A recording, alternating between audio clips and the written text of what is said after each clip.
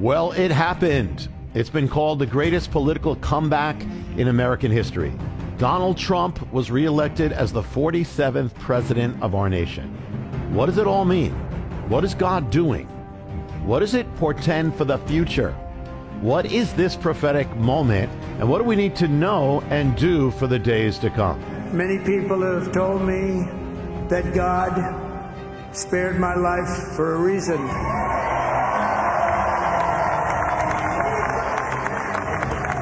And that reason was to save our country. All right. The greatest comeback in American political history. Donald Trump has won the election to become the next president this January. First, whatever you think of Donald Trump, what he did was amazing. In view of everything against him, the legal cases, the lawfare, where the government and his enemies were waging war against him using the judicial system, few people would have risen after that. And then 2 assassination attempts, one that missed taking his life by a fraction of a second, a fraction of an inch. Second, the weight of American culture was set at war against this man. The weight of television, the press, Hollywood, the elite of virtually every institution. They called him every name in the book, called him a demagogue, a fascist, a Hitler. They brazenly twisted his words. Even the New York Times said that the election was a populist revolt against the elite's vision of America. What just happened in this election may have been the greatest pushing back against the leftist, anti-biblical, anti-God agenda that's been up to this point taking over American culture. And that is major. In America's fall from God, we've gotten to the point where a Democratic president will tend to accelerate that fall, while a Republican president will tend to slow it down. But is that it?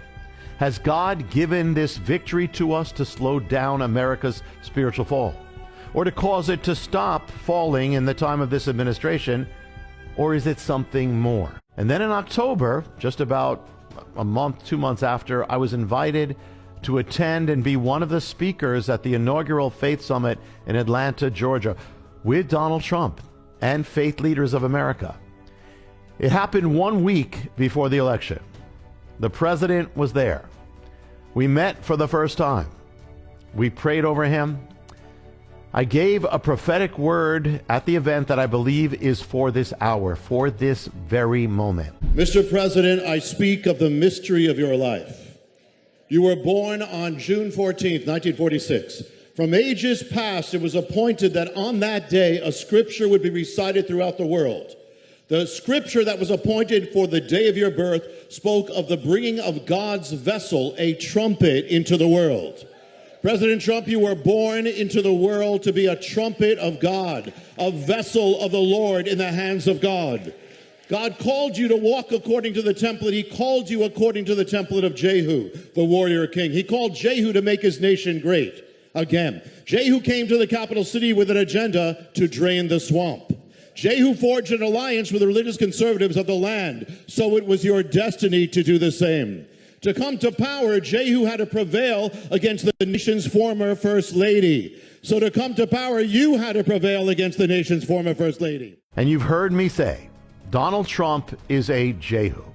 I opened up this mystery first in the book called The Paradigm and then in the Josiah Manifesto. Jehu, and there's so much to this, was called to stop his nation's fall from God, to turn it back to God. That is the ultimate calling of Donald Trump. It was no accident that God saved his life. And God doesn't do anything without a purpose.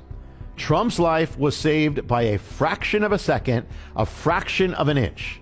And Trump knows it. Could God be calling him? President Trump is speaking about his being saved. And saved to save America.